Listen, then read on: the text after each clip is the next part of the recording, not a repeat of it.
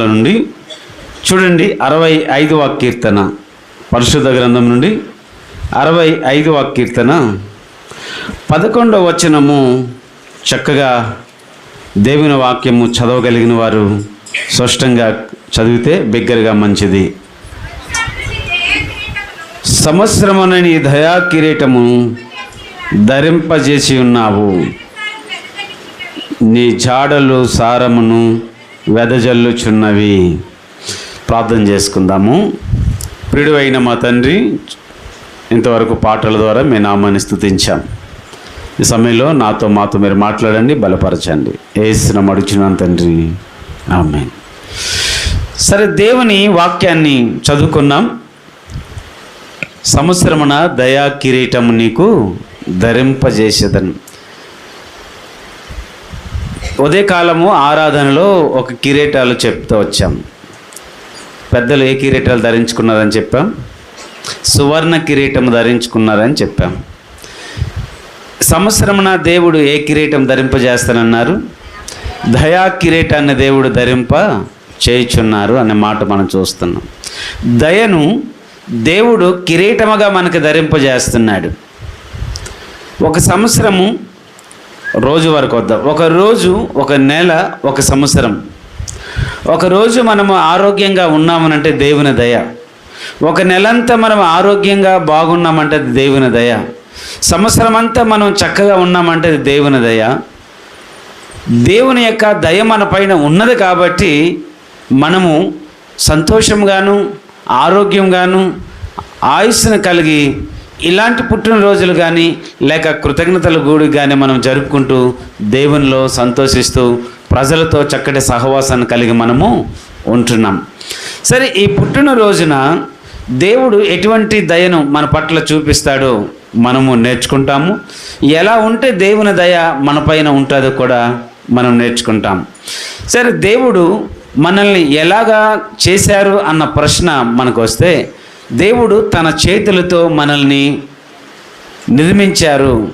ఎలాగ నిర్మించారంటే ఒక చక్కటి రూపాన్ని దేవుడు ఇచ్చాడు. ఏ రూపాన్ని ఇచ్చాడు చూద్దాం. పరిశుద్ధ గ్రంథంలో దేవుడు ఎలా నిర్మించాడంటే 119వ కీర్తన 73వ వచనంలో భక్తుడు అంటాడు కదా, నీ చేతులు నన్ను నిర్మించి నాకు రూపము ఏర్పరిచాయి అనే మాట అక్కడ రాయబడింది. నీ చేతులు నన్ను నిర్మించాయి, నాకు రూపము ఏర్పాటు చేశాడు. కుమ్మరివాడు తన చేతులతో చాలా చక్కగా రూపిస్తాడు. తను ఏమనుకున్నాడో మనసులో, తన యొక్క ఆలోచనలో ఆ విధంగా కుండను తయారు చేయడానికి దాన్ని సిద్ధపరుస్తాడా లేదా అంటే సిద్ధపరుస్తాడు. కుండను తయారు చేసే కుమ్మరికి తన యొక్క మనసులో, తనకు ఆలోచనలో ఒక రకమైనది నేను చెయ్యాలి అని లేకపోతే దాన్ని చేయలేడు. చేయగలుగుతాడా? చేయలేడు. మీరు కూర వండాలనుకున్నారు, ఏదో ఒక కూర అనుకోనండి, ఇలాగ వండాలి అనే ఒక మైండ్లోకి, ఆలోచనలోకి మీకు రాకపోతే మీరు కూర వండలేరు. ఏదైనా సరే దేవుడు ఇక్కడ తన చక్కటి ఆలోచన కలిగి ఉన్నాడు మన పట్ల. దేవుడు సమస్తాన్ని సృష్టించి, సృష్టికర్త అయిన దేవుడు మనిషిని చేయాలనుకున్నాడు. మనిషిని ఎలా చేయాలనుకున్నాడు అన్న ఆలోచన వస్తే తన రూపంలోనే చేయాలనుకున్నాడు. అందుకు ఇక్కడ దేవుడు తన చేతులతో మనల్ని నిర్మించి మనకేం ఏర్పాటు చేశారు? రూపము. ఏ రూపం ఇచ్చారు? ఎద్దు రూపం ఇవ్వలేదు, జంతువుల రూపం ఇవ్వలేదు, పక్షుల రూపం ఇవ్వలేదు, ఇంకా దేని రూపం ఇవ్వలేదు. కానీ చక్కగా దేవుడు తన రూపాన్నే మనకి ఇచ్చారు. ఎంత ప్రేమ కలిగిన దేవుడు చూడండి. కాబట్టి అందుకే మనము చాలా పక్షుల కంటే అందంగా ఉంటాం, జంతువుల కంటే చక్కగా ఉంటాం మనం. ఎందుకయ్యానంటే దేవుడు అలా మనం చేయలేదు, మనల్ని మనిషిగా చేయాలని దేవుడు ఆలోచించి చక్కగా నిర్మించాడు. కాబట్టి బర్త్డే అమ్మాయి ఏమేమో మంచి డ్రెస్ వేసుకుంది, ఎలా ఉన్నది చెప్పండి. ఇప్పుడు చాలా చక్కగా కదా, ముద్దుగా ఉంది. ఎందుకని? దేవుడు ఇచ్చిన చక్కటి రూపం అది. దేవుడు ఇచ్చిన రూపము అనే మాట చెప్తా వస్తున్నాడు. దేవుడు మనల్ని తన చేతులతో నిర్మించాడని చెప్తా ఉన్నాడు. కళ్ళు ఎంత ఉండాలో అంతే నిర్మించాడు, చేతులు ఎంత ఉండాలో అంతే నిర్మించాడు, కాళ్ళు ఎంత ఉండాలో అంతే నిర్మించాడు. చాలామందిని మనం చూస్తాం. కొంతమంది చేతులు పొట్టుగా ఉంటుంది, ఒకటి పొడవుగా ఉంటాయి. అవయాలు కొన్ని సరిగ్గా ఉండవు. ఈరోజు నీకు అన్ని అవయాలు అన్నీ సరిగ్గా ఉన్నాయి, దేవుడు సరిగ్గా ఇచ్చాడనంటే నువ్వు ఎంత గొప్ప ధన్యుడో, నువ్వెంత గొప్ప ధన్యత పొందుకున్నావో దేవుని ద్వారా. దేవుడు నిన్ను ప్రేమించి అందవికారంగా అయితే చేయలేదు. దేవుడు నిన్ను ప్రేమించి ఒక మంచి రూపాన్ని ఇచ్చాడు. ఎవరు నిందించలేనట్టు, ఎవరు వేలు చూపించలేనంత రీతిగా దేవుడు నిన్ను తయారు చేశాడు. మరి అంత గొప్ప ధన్యత ఇచ్చిన దేవునికి నువ్వేం చెల్లించాలి?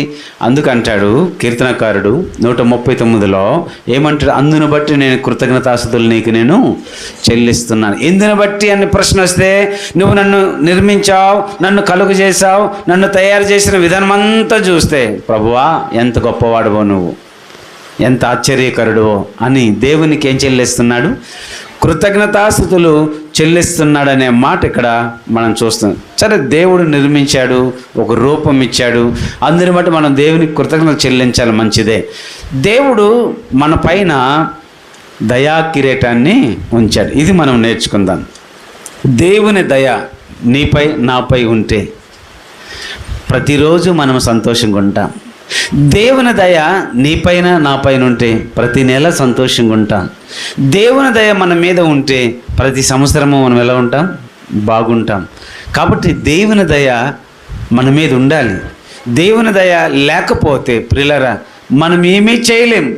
దేవుని దయ మన పైన ఉంటే ఇప్పటికి ఎన్ని సంవత్సరాలు నీ జీవితంలో గడుస్తూ వచ్చాయి?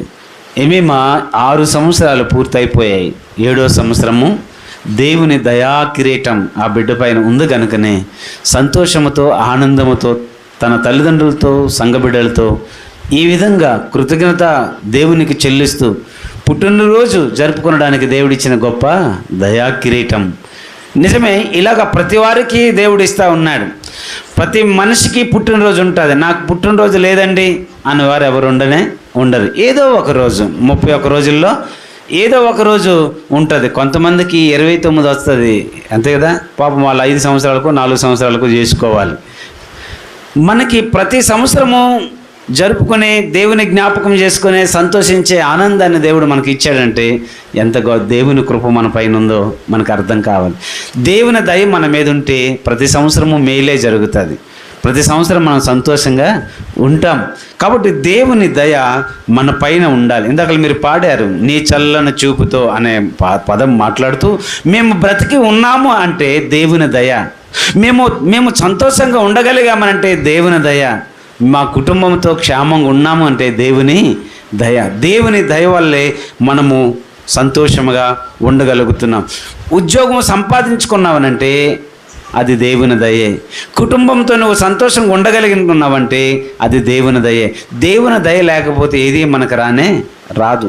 చాలా నేర్చుకోవాలనుకుంటాం, చాలా సంపాదించుకోవాలనుకుంటాం, కానీ దేవుని దయ లేకపోతే మనం ఏమీ సంపాదించుకోలేం. పిల్లలనైనా సరే అందుకు ఒక స్త్రీ అన్నది ఆదికాండం 4వ అధ్యాయం 1వ వచనంలో చాలా చక్కగా మాట్లాడుతూ వస్తుంది. ఏమిటంటే, యెహోవా దయ వలన నేను ఒక మనుషుణ్ణి సంపాదించుకున్నాను అనే మాట మాట్లాడుతుంది. ఆమె జీవితంలో దేవుడు ఒక బిడ్డను ఇవ్వగానే ఆమె మాట్లాడే ఒక చక్కటి పదము ఏంటనంటే యెహోవా దయ వల్ల అని మాట్లాడింది. దేవుని దయ వల్ల నేను ఒక మనుషుణ్ణి సంపాదించుకున్నాను అన్నది. ఉద్యోగమో, లేక గృహమో, లేకపోతే భార్యాభర్తలకు వివాహ విషయంలో, ప్రతి విషయంలో కూడా ఈ మాట మనము వాడగలగాలి.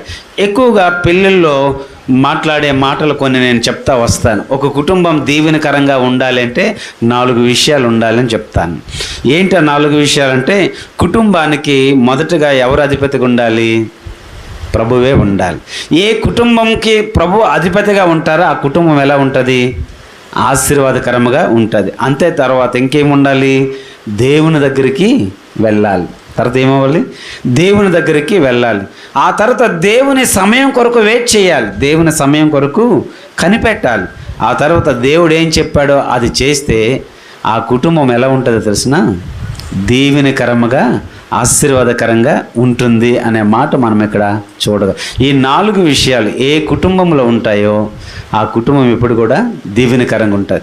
సరే, దేవుని దయ వల్ల ఒక మనుషుని సంపాదించుకున్నాను, దేవుని దయ వల్ల ఈ వస్తువు సంపాదించుకున్నాను, దేవుని దయ వల్ల ఈరోజు బ్రతుకున్నాం, దేవుని దయ వల్ల ఇది మనం తిన్నాం, దేవుని దయ వల్ల మనం ఇలా ఉన్నాం, మనం బ్రతుకు ఉన్నామనంటే ఎవరి దయ? దేవుని దయ. ఆయన దయ కాదండి నా జ్ఞానం, ఆయన దయ కాదండి నా తెలివి, ఆయన దయ కాదండి నా డబ్బు, ఆయన దయ కాదండి నాకున్న సంపద అని మనం అంటామా? ఇది దీనివల్ల అయితే కానే కాదు. నీ జ్ఞానం వల్ల అయితే ఒక రోజు కూడా నువ్వు బ్రతకలేవు. చాలాసార్లు మనం ఈ పదం వింటూ ఉంటాం. డాక్టర్లు అంటారు, ఇట్లా మాట్లాడుతూ ఉంటారు, మేము చేయవలసిన పని మేము చేసాం, ఇంకెవరు చేయాలి? దేవుడే చేయాలంటారు. డబ్బు వల్ల మంచి గృహం కట్టుకోగలం, మంచిదే. డబ్బు వల్ల మంచి వస్తువులు కొనుక్కోగలం, మంచిదే. డబ్బు వల్ల విలువైనవి చాలా సంపాదించుకోవచ్చును. కానీ డబ్బు వల్ల నీ ప్రాణం మాత్రం నువ్వు కొనుక్కోలేవు. అది దేవుడు పెట్టాలి, దేవుడు దయ చూపించాలంతే. డబ్బు వల్ల ఈ లోకంలో అన్నీ నువ్వు సంపాదించగలవు, అన్నీ సంపాదించుకోగలవు కూడా. కానీ ఏమి సంపాదించుకోలేవు? నీ ప్రాణాన్ని డబ్బు వల్ల అయితే రాదు. డబ్బు వల్ల నీ అవయాల్లో కొన్ని సంపాదించుకోవచ్చునేమో, కానీ ప్రాణం అయితే సంపాదించుకోలేము. దేవుని దయ. ఈరోజు మనం బ్రతికి ఉన్నామునంటే ఏమనాలి? దేవుని దయ. అవును, చక్కని పాటల్లా పాడుతూ దేవుని స్తుతిస్తూ ఉంటాం. ఈరోజు ఒక సంవత్సరం, మరొక సంవత్సరం బర్త్డే ఏమేమో జరుపుకోగలుగుతుందంటే తల్లిదండ్రులతో, వారి కుటుంబ సభ్యులతో, ఇది దేవుని దయే. దేవుని దయ. కరోనా టైంలో పుట్టినరోజులు కాదు, మనం ఎలా ఉంటామని భయం వేసేది. అప్పుడు రాలేదా ఎవరు పుట్టినరోజులు అంటే? వచ్చాయి, కానీ జరుపుకోవడానికి అంతా వీలు లేదు. ఈరోజు మనం ఇలా ఉన్నామనంటే అది దేవుని దయే. ఆయన దయ బట్టి మనం జ్ఞాపకం చేసుకుంటూ దేవునికి ఎల్లప్పుడూ మనం కృతజ్ఞతాస్తుతులు చెల్లించే వారంగా, దేవుని మహిమపరిచే వారంగా మనం ఉండాలి అన్న మాటలు ఇక్కడ మనం చూస్తూ వస్తున్నాం. కాబట్టి దేవుని దయ మనపైన ఉంటే మనం ఎలాగ ఉంటామో ఒక మాట చెప్తాను. దేవుని దయ మనం సంపాదించుకోవాలంటే ఏం చేయాలో 3 మాటలు చెప్తాను. రండి, 2 టూకీగా 2 వచనాలు మీకు చూపిస్తాను. దేవుని దయ ఉంటే మనం ఏమనిపించుకుంటామో ఒక మాట చూపిస్తాను. సామెతల గ్రంథం 3వ అధ్యాయం, సామెతల గ్రంథం 3వ అధ్యాయం 4వ వచనము చదువుదామా? నీవు దేవుని దృష్టి యందును మానవుల దృష్టి యందును దయనుంది మంచివాడవని అనిపించుకుందువు. దేవుని దయ మన పైన ఉంటే అక్కడ చెప్తా వస్తుంటాం, మనుషుల దయందును దేవుని దయందును. నువ్వు అలాగుంటే చివరికి వచ్చే పదం ఏంటి? మంచివాడవు, మంచివాడవు. ఇటు దేవుని దయ మన మీద లేకపోతే మనం మంచివారం అని అనిపించుకోలేమంటాడు. ఇంకా ఒక్క మాట చూపిస్తాను రండి. లోకాసు వార్త 2వ అధ్యాయం, లోకాసు వార్త 2వ అధ్యాయము 40వ వచనాన్ని మనం చూస్తే, బాలుడు జ్ఞానముతో నిండుకొనుచు ఎదిగి బలము పొందుచుండెను. ఎవరు? దేవుని దయ ఆయన మీద ఉండెను. బాలుడు ఏం పొందుకుంటున్నాడు? జ్ఞానము, బలము, దేవుని దయ ఆయన పైన ఉంది అన్నాడు. సరే, ఆ చివరి పదం మనము జ్ఞాపకం చేసుకుంటే ఆ బాలుడు పైన ఎవరి దయ ఉంది? దేవుని దయ ఉన్నది. ఎవరా బాలుడు? యేసు ప్రభువారు. యేసు ప్రభువారి మీద దేవుని దయ ఉన్నది గనుకనే ఆ దయ వల్ల బలము పొందుకుంటున్నాడు, లేక వయసు యందు ఎదుగుతూ వస్తున్నాడు, బలపడుతూ ఉన్నారు అనే మాట అక్కడ మనము జ్ఞాపకం చేసుకోవాలి. దేవుని దయ ఉన్నది కాబట్టి ఒక సంవత్సరం, మరొక సంవత్సరం, మరొక సంవత్సరం, మరొక సంవత్సరం చూడగలుగుతున్నాము.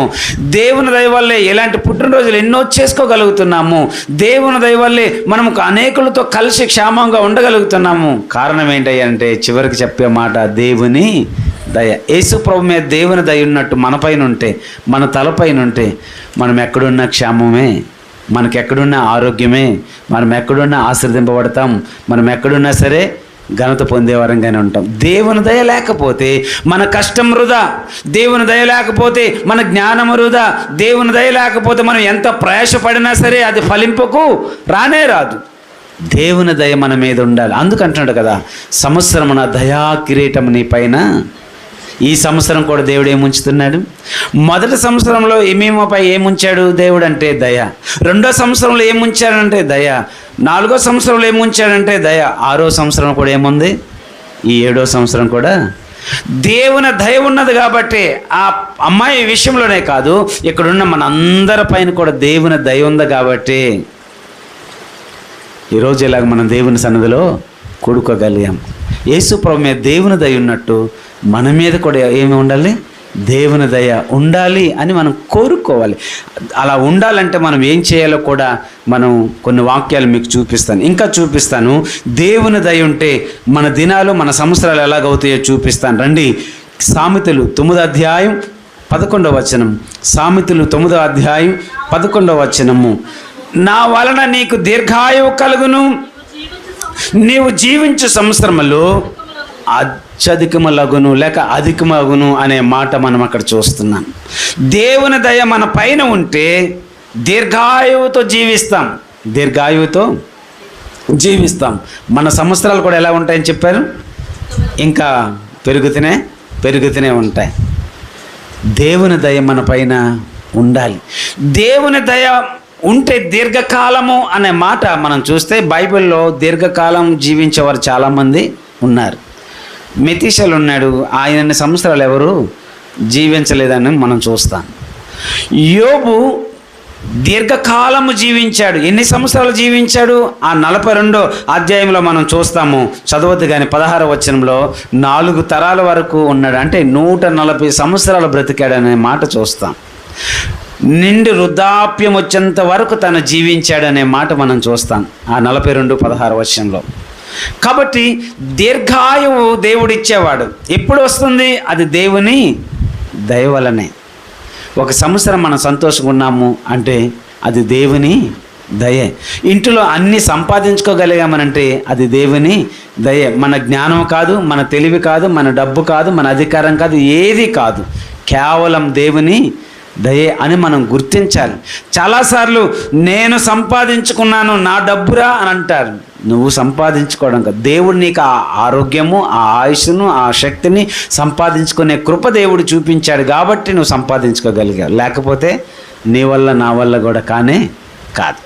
మనం ప్రతి నిమిషము, ప్రతిరోజు, ప్రతి సంవత్సరం, ప్రతి నెల కూడా దేవుని దయ వల్లనే మనం ఎప్పుడు కూడా జ్ఞాపకము చేసుకుంటూ ఉండాలి. ఇంకా మీకు చూపిస్తాను మరొక మాట. 91వ కీర్తన 16వ వచనం అంటే దీర్ఘాయువు చేత నేను అతన్ని ఏం చేస్తాను? తృప్తిపరిచెదను అన్నాడు. దీర్ఘాయువు చేత దేవుడు మనకి అటువంటి గొప్ప కృప ఇస్తాడు. ఆరోగ్యము, సంతోషము, అధికమైన మేలుల చేత మన జీవితంలో సంతోషంగా ఉండే గొప్ప కృప దేవుడు మనకి ఇస్తాడు. సరే, దేవుని దయ మన పైన ఉంటే ఏమవుతుందో చెప్పాను. ఇప్పుడు దేవుని దయ మనం సంపాదించుకోవాలంటే మనం ఏం చేయాలో ఒక 3 విషయాలు మనం త్వరగా నేర్చుకొని నేను ముగించడానికి ప్రయత్నం చేస్తాను. సంవత్సరమున దయా కిరీటం నీకు ధరింప చేసేదని. మన తలల పైన ఇప్పుడు ఏమున్నాయి? తడిని చూసుకోండి.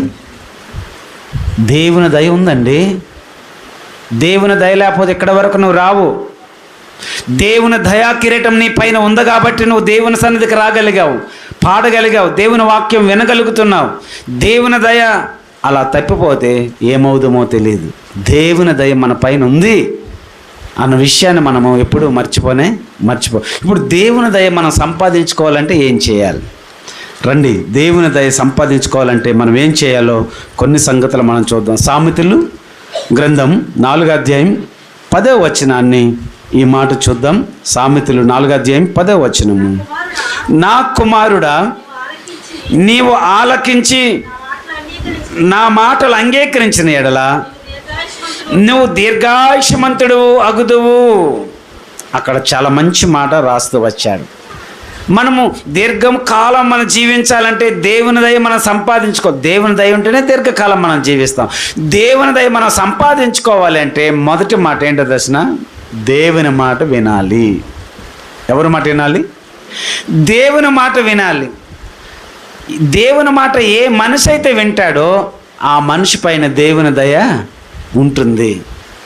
ఆ మనిషి దీర్ఘకాలము జీవించగలుగుతాడు, సంతోషంగాను క్షేమంగాను ఆరోగ్యంగా బ్రతకగలుగుతాడు అనే మాటలు ఇక్కడ మనం చూస్తాం. ఈ దినాలు ఎట్లాగున్నాయి అని అంటే ఎవరి మాట వారే వినే విధంగా ఉన్నారు తప్ప తల్లిదండ్రుల మాట వినేవారుగా పిల్లలు లేనే లేరు.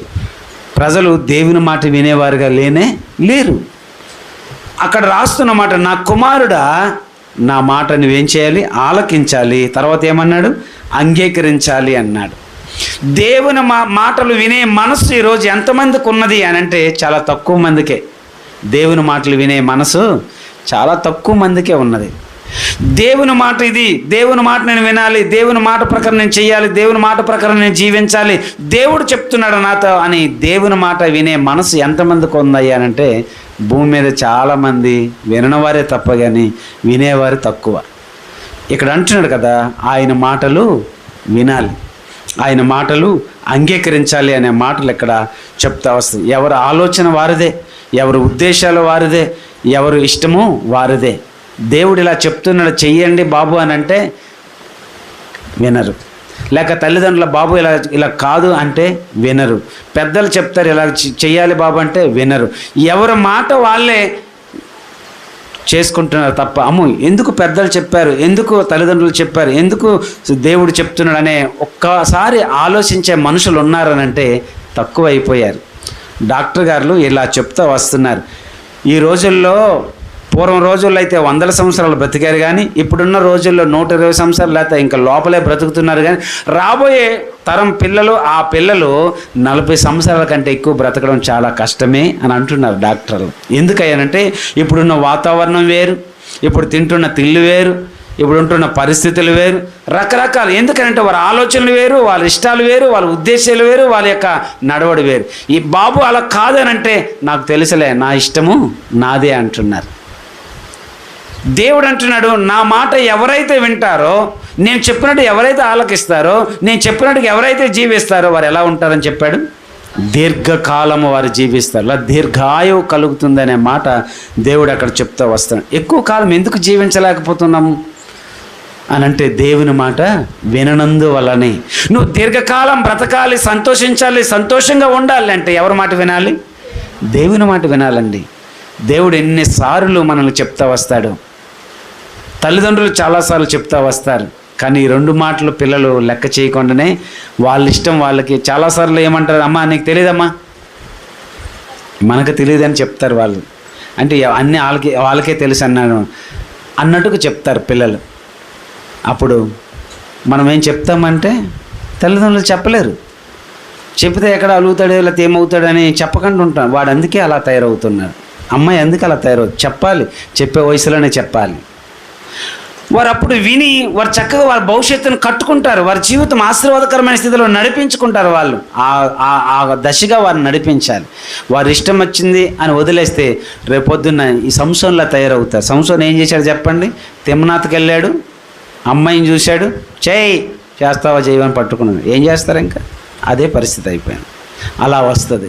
కాబట్టి దేవుని మాట మనం వినాలి, పిల్లలు కూడా వినేటట్టుగా మా తల్లిదండ్రులుగా మనం కొంచెం నేర్పించాలి. అందుకే ఇక్కడ అన్నాడు, ఒక వ్యక్తి దీర్ఘకాలం బ్రతకాలి అంటే ఎవరి మాట వినాలి?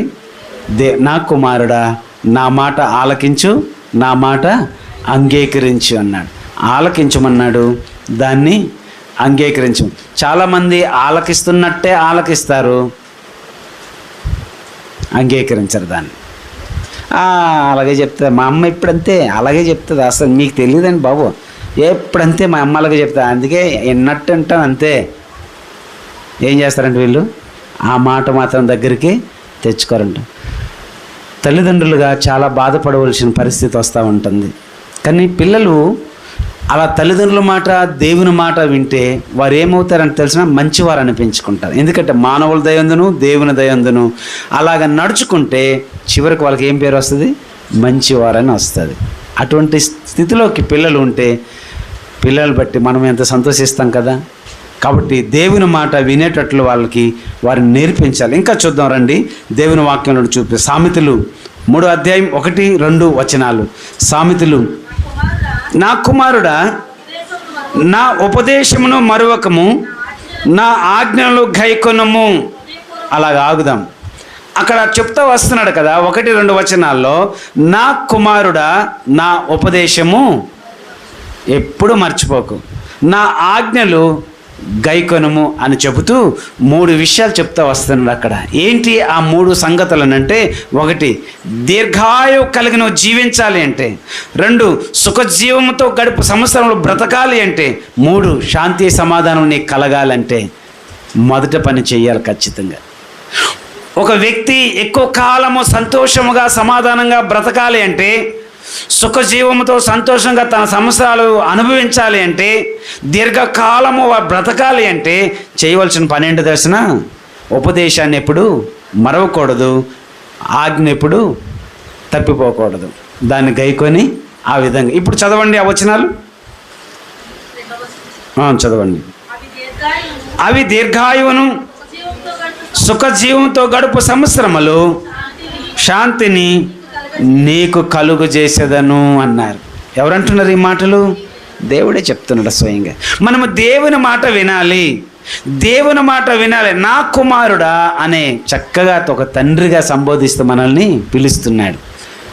నా కొడుకా, నా కూతురా, నువ్వు నా మాటలు ఎప్పుడు వినాలి నాయనా. నేను చెప్పే ఉపదేశాన్ని త్రోసికు, మరువకు, నువ్వు జ్ఞాపకం చేసుకో. నా ఆజ్ఞలను పాటించు, కుడికైనను ఎడమకైనా నువ్వేమో తొలగిపోకు. నా మాటలు విని ఆ ప్రకారంగా నువ్వు నడుచుకో, జీవించు. అలా జీవిస్తే దీర్ఘాయువు కలిగిన ఉంటాం. బైబిల్లో తీయదు కానీ పౌలు అంటాడు ఎఫెసీయులు 6:3లో, నీ తల్లిని తండ్రిని సన్మానిస్తే, నువ్వు గౌరవిస్తే ఎలా బ్రతుకుతావని చెప్పాడు? దీర్ఘకాలం అన్నాడు, అంటే దీర్ఘాయువు నీకు కలుగును అన్నాడు. ఇక్కడ అదే చెప్తా వస్తున్నాడు. దీర్ఘాయువు ఒక మనిషి జీవితంలో రావాలి అంటే దేవుని మాట ఖచ్చితంగా వినాలి. దేవుడు చెప్పే మాట విని అలా అనుసరించి మనం నడుచుకున్నప్పుడు మన తలపైన ఏముంది? దేవుని దయ ఉంది, దయా కిరీటం ఉంది. కిరీటం ఉన్న మనిషి ఎలా ఉంటాడు తెలిసిన? చాలా అందంగా కనబడతాడు. అవును, మనం అలా ఉండాలి అంటే దేవుని మాట ఇప్పుడు కూడా వినాలి. అలా వింటే అందులో చెప్తూ వస్తున్నాడు కదా, సుఖజీవంతో గడుపు సంవత్సరాలు నీకు కలుగుతాయి.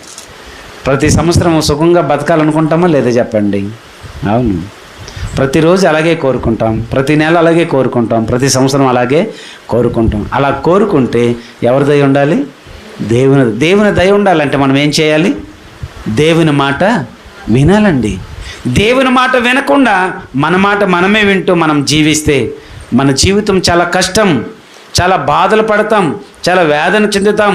మన జీవితంలో ఏది సంపాదించుకోవాలన్నా సంపాదించుకోలేం, మన జీవితంలో ఏది సక్సెస్గా నడిపించుకోవాలన్నా చేయలేం. మన జీవితంలో అది ఇది అనుకుంటాం తప్ప కానీ చివరికి దేనికి దగ్గరికి మనం చేరలేం. దేవుని దయ మన పైన ఉంటే నువ్వు కొంచెం కష్టపడినా సరే అది నీ చేతిలోకి వస్తుంది. నువ్వు కొంచెము ఆశపడినా సరే మరింత ఎక్కువగా దేవుడిస్తాడు. దేవుని దయ మన మీద ఉండాలని మనం ఎప్పుడు కోరుకోవాలి మంచిదే, కానీ దేవుని మాట మనము వినాలి. నోవాహు తాత దేవుని మాట విన్నాడు కాబట్టి వాడ కట్టగలిగాడు, లేకపోతే పిల్లలంతేనా కట్టలేకపోయాడు. ఒక మాట మీకు జ్ఞాపకం చేస్తాను. అందరూ పార్టీలు ఇందులు విలాసవంతంగా జీవిస్తూ ఉంటే నోవాహు తండ్రికి అన్నాడు, రే రండి ఆ వాడ కడదాం అన్నాడంట. మా నాన్న ఎప్పుడు వాడ కట్టమనే పిలుస్తాడు రా బాబు. అందరు చూసారా, తోటి స్నేహితులు మా అందరూ పార్టీలు విలాసంగా ఎంత చక్కగా అనిపిస్తే మా నాన్న ఎప్పుడు వాడ కడదాం రండిరా దేవుడు చెప్పాడు, వాడ కడదాం రండిరా దేవుడు చెప్పాడని పిలుస్తున్నారు అని అన్నారా? ఇసుక్కున్నారా? తండ్రి మీద ఏదైనా మాటని వెళ్ళిపోయారా? లేదు, మా నాన్న చెప్పాడు వెళ్ళారంతే. మీరేం మన పిల్లలు ఏమంటారు చెప్పండి? దానికి వ్యతిరేకంగా మాట్లాడతారు. పిల్లలందరూ చూడాలి, నువ్వు ఒక్కడవే, నీకే ఏమి తెలియదు, వాళ్ళందరికీ అన్నీ అర్థమవుతున్నాయి కానీ అని పిల్లలు మనల్ని దబాయించేస్తారు తెలుసా? అవును కదా? మనం ఏమి అనలేకపోతాం కొన్నిసార్లు. కానీ నోవహు అట్లాగా చేయగలిగాడు కాబట్టి అందరు ఆ వర్షంలో మునిగిపోతున్నారు. కానీ నోవహు పిల్లలు మునిగిపోయారా? ఎక్కడున్నారు? వాడలో. అప్పుడు అమ్మో మా నాన్న చెప్పిన మాట నిజమేరా బాబు, మేము కూడా విందుల్లో విలాసాలు ఆ పార్టీలకు వెళ్ళి ఉంటే మేము కూడా ఆ అందులో మునిగిపోదాం, వాడలోకి రాకపోదాం. తల్లిదండ్రుల మాట పిల్లలు వింటే అది ఆశీర్వాదం. అలా వినాలి. దేవుని మాట మనం విని పిల్లల్ని ఆ విధంగా పెంచుకుంటే మరింత ఆశీర్వాదం. కాబట్టి దేవుని మాట మనం అంగీకరించి ఆయన మాట ప్రకారం మనం జీవిస్తే సుఖజీవంతో గడుపు సంవత్సరాలు ఆనందముగా ఆ సంవత్సరాలు మనం గడపగలమనే మాట చూడగలం. రండి రెండో మాటకు వద్దాం. ఒకటి దేవుని మాట వినాలని చూస్తూ వచ్చాం. రెండో మాట మొదటి సమూయేలు గ్రంథం 2వ అధ్యాయం 26వ వచనం. మొదటి సమూయేలు గ్రంథం 2వ అధ్యాయం 26వ వచనంలో బాలుడగు సమూయేలు ఇంకను ఎదుగుచు దేవుని దయందును మనుషుల దయందును వర్ధిల్లుచుండెను అని అన్నారు. ఎవరైనా ఆ బాలుడు సమూయేలు. వారి తల్లి ఎవరు? హన్న. పిల్లలు లేరని ఎంతో ప్రార్థనతో సాధించుకున్నది. దేవుడు ప్రేమించి ఒక కొడుకునిచ్చాడు. అల్లరి ముద్దుగా పిల్లోడినైతే పెంచలేదు, దేవుని కొరకు పెంచాలనే మంచి ఆలోచన ఆమెకి తట్టింది. దేవునికి ఇచ్చేవాళ్ళే అనే మంచి ఉద్దేశంతో దేవునికి ఇచ్చేసింది. ఆ పిల్లవాడు మనుషుల దయందును దేవుని దయందును అలాగా ఎదగడానికి, అలా ఫలించడానికి కారణం ఏంటో తెలిసిన అతడు ఎక్కడున్నాడు? దేవుని సన్నిధిలో ఉన్నాడు. అది దేవుని మాట వింటే మనం దేవుని దయ సంపాదించుకుంటాము. దేవుని సన్నిధిలో ఉంటే మనం దేవుని దయను సంపాదించుకుంటాము. మనం ఇప్పుడు రెండోది ఎక్కడ ఉండాలి చెప్పండి? దేవుని దయ సంపాదించుకోవాలంటే దేవుని సన్నిధిలో మనం ఉండాలి. నీవు నీ కుటుంబం, నీవు నీ పిల్లలు దేవుని సన్నిధిలో నువ్వు ఉంటే ఖచ్చితంగా దేవుని దయ నీ పైన ఉంటుంది. మన పిల్లలు అన్ని విందులు వినాశంలో కనబడాలని కోరుకుంటాం, కానీ మందిరంలో మనతో పాటు ఉండాలని మాత్రం కోరుకోం మనం. కానీ మందిరంలో మనతో పాటు ఉండాలి, వారు వాక్యం వినాలి, దేవునిలో ఎదగాలని కోరుకుంటే ఖచ్చితంగా దేవుని సన్నిధి వారు కలిగి ఉంటారు. పెద్ద అయినప్పుడు వాటి నుండి వాడు తొలగిపోడు. సమూయేలు ఆ విధంగా దేవుని దయలో ఎదుగుతున్నాడనంటే అతడు ఎక్కడున్నాడు అంటే దేవుని సన్నిధిలో ఉన్నాడు. మనము సండే స్కూల్కి క్రమంగా పంపించాలి. అలా పంపించినప్పుడు పిల్లలు చక్కగా ఎదుగుతూ వస్తారు. దేవుని మందిరానికి క్రమంగా తీసుకురావాలి. అలాగ దేవుని సన్నిధిలో వారు ఎదుగుతారు. దేవుని దయ వారి పైన ఉంటుంది. దేవుని దయ మన పైన ఉండడమే కాదు, మన పిల్లల పైన ఉండాలని మనం చూసుకోవాలి. ఎందుకు అలా చూసుకోవాలంటే వారు కూడా ఎక్కడ ఉండాలి? దేవుని సన్నిధిలో ఉండాలనే మాట చెప్తా వస్తుంది. అంత మటుకు చాలు. రండి మూడో మాట చూద్దాం. సామెతల గ్రంథం 10వ అధ్యాయం 27వ వచనం. సామెతల గ్రంథం 10వ అధ్యాయం 27వ వచనం మనం చూద్దాం. దేవుని యందు భయభక్తులు కలిగి ఉండుట దీర్ఘాయువునకు కారణము. మూడోది, మనము దేవుని దయ సంపాదించుకోవాలంటే, దీర్ఘకాలం మనం బ్రతకాలంటే ఎలా ఉండాలి? దేవుని యందు భక్తి కలిగి ఉండాలి. దేవుని యందు భక్తి కలిగి ఉండాలి. మనము చాలా మనుషుల యందు, చాలా పరిస్థితుల యందు భక్తి కలిగి ఉంటాం, కానీ దేవుని యందు మాత్రమైతే భక్తి ఉండదు. మనుషుల భక్తి కంటే దేవుని భక్తి ఎక్కువ ఉండాలి.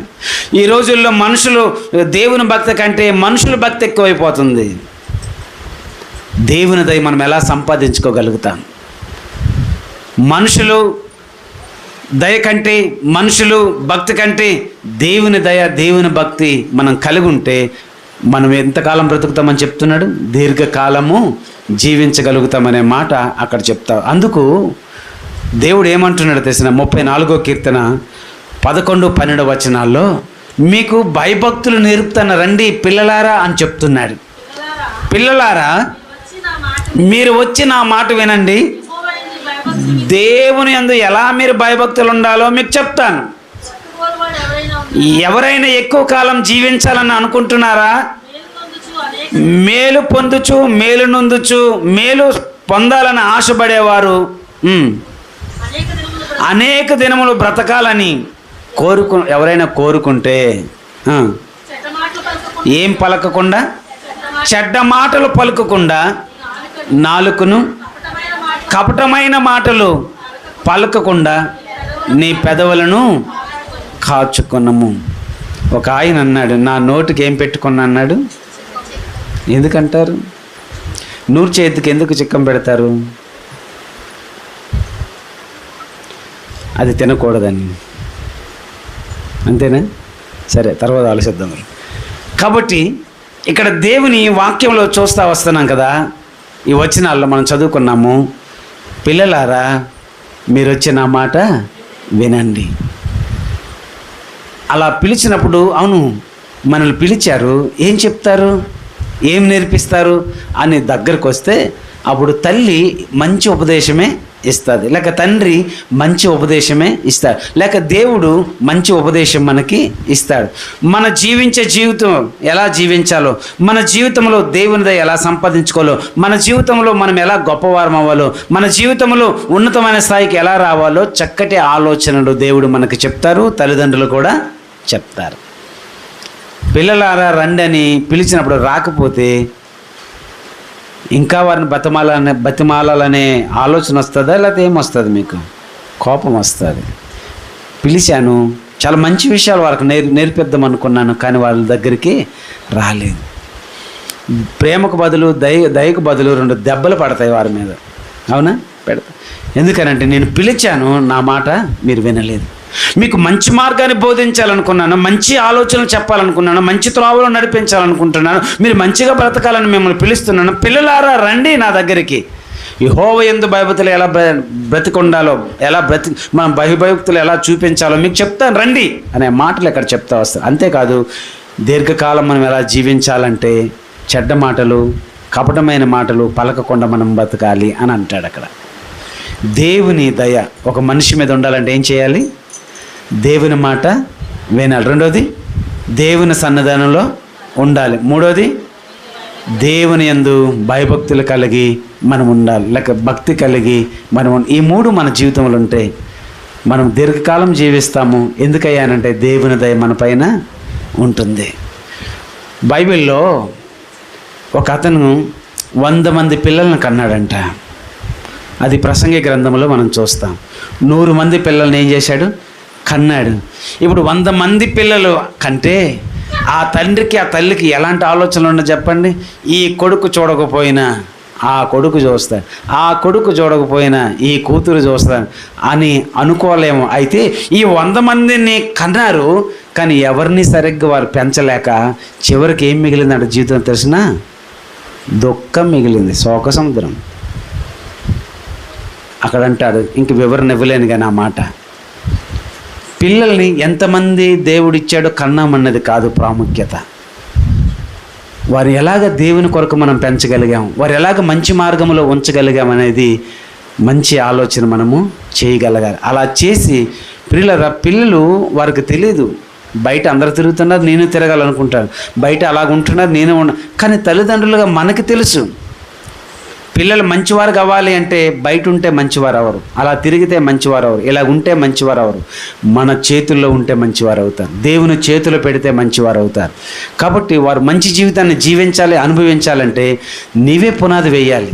నువ్వే మంచి పునాది, మంచి మార్గం వేసినప్పుడు ఆ బాటలో వాడు నడిచి వెళ్తాడు. నువ్వే అలా వదిలేస్తే చూడండి, కొన్ని కట్టి ఉంచితే అలాగనే ఉంటాయి, వదిలేస్తే ఎగురుతాయి కొన్ని జంతువులు. అలా పిల్లల్ని ఉంచే విధంగా ఉంచాలి, పెంచే విధంగా పెంచితే వారు మనుషుల దయలోను దేవుని దయలోను వారు ఎదుగుతారు. చివరికి ఏం పేరు వస్తుంది, మంచివారు అనిపించుకుంటారు. పుట్టినరోజులు సంతోషకరంగా జరుపుకోవడము చాలా సంతోషం, దేవునికి కృతజ్ఞతలు చెల్లించడము ఇంకా దేవునికి చాలా ఆనందం. అయితే దేవుని కొరకు మనం ఇంకా బాగా పెంచగలిగితే దేవునికి అంతకంటే మంచి గొప్ప ఆయన రుణాన్ని తీర్చుకునే వారము కాదు. దేవుడు మనల్ని ప్రేమించి బహుమానాలుగా ఇచ్చాడు పిల్లల్ని. ఆ బహుమానాలను జాగ్రత్తగా కాపాడుకుంటే ఇచ్చిన వానికి చాలా సంతోషం.